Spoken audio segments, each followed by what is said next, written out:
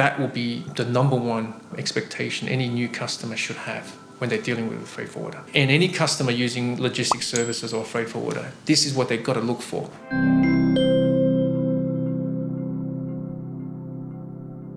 The things to expect from your service provider, especially if you're new to the game, making sure that you don't get bogged down with the terminology of the fees. In fact, demand from a provider that you don't want to see it. It's a simple request. Just tell them, I've given you a request. For example, shipping 500 kilos from UK to Sydney. Here's 500 kilos, here are my measurements, here's the starting point, here's the end point, give me a rate. It should be simple as that. You shouldn't expect a 4 to 5 line worth of fees because it's not going to add value to your business. So make sure that when you have something straightforward like an international movement from one point to another, that you just ask for one rate. Your service provider should be able to give you that. If they're not going to do it, if I was on the customer side, I wouldn't be using that freight forwarder, full stop, because you're wasting my time.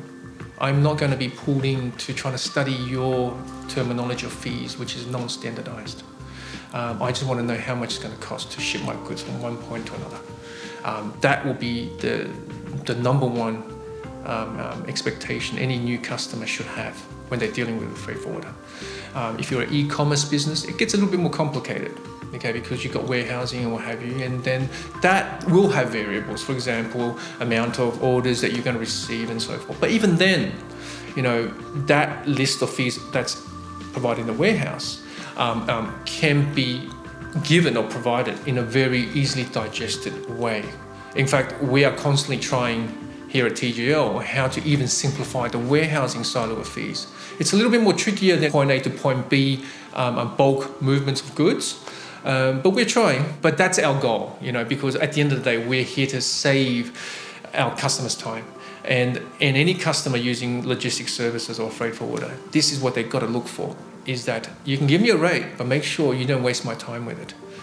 If I can't work out what you're going to charge me within 60 seconds for my international movements or for a pallet to be moved down the road, you're wasting my time.